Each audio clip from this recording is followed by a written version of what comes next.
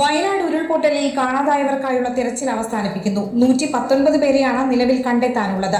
തിരച്ചിൽ സംഘത്തിൽ ആളുകളെ വെട്ടിക്കുറച്ചത് വിമർശനത്തിന് വഴിവെച്ചിരുന്നു. വയനാട്ടിൽ ഇപ്പോഴും ഇടവിട്ട് മഴ പെയ്യുന്നതിനാൽ ജാഗ്രത തുടരുന്നുണ്ട്. അതേസമയം ക്യാമ്പുകളിൽ 97 കുടുംബങ്ങൾ തുടരുകയാണ്. ഇതുവരെ 630 കുടുംബങ്ങളെയാണ് മാറ്റിപ്പാർപ്പിച്ചത്. തെരച്ചിലിനെയും രക്ഷാപ്രവർത്തനത്തിന്റെയും ചുമതലയുണ്ടായിരുന്ന നോഡൽ ഓഫീസർ വിഷ്ണുരാജ് മടങ്ങിയിട്ട് ഒരാഴ്ചയായി. സന്നദ്ധ പ്രവർത്തകർക്ക് ഭക്ഷണം ഒരുക്കിയിരുന്ന കമ്മ്യൂണിറ്റി കിച്ചനും പൂട്ടിയിട്ട് ആഴ്ച ഒന്നാകുന്നു. ദുരന്തമുഖത്ത് ഇപ്പോഴും ബാക്കിയുള്ള സേനാ വിഭാഗങ്ങൾക്ക് ഹോട്ടലിൽ നിന്നാണ് ഭക്ഷണം എത്തിക്കുന്നത്. 2 ദിവസം കൂടിയേ ഭക്ഷണം വേണ്ടിവരൂ എന്നാണ് അവർക്ക് കിട്ടിയ അറിയിപ്പ്.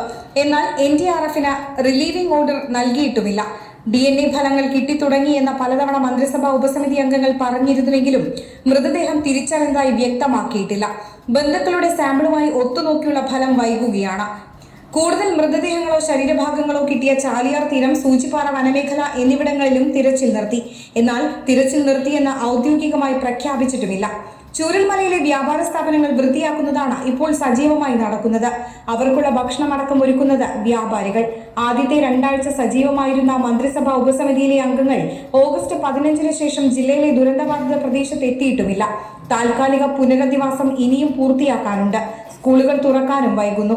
തീർപ്പും വേണ്ട ഒരുപാട് വിഷയങ്ങൾ അനന്തമായി നീളുകയാണ്.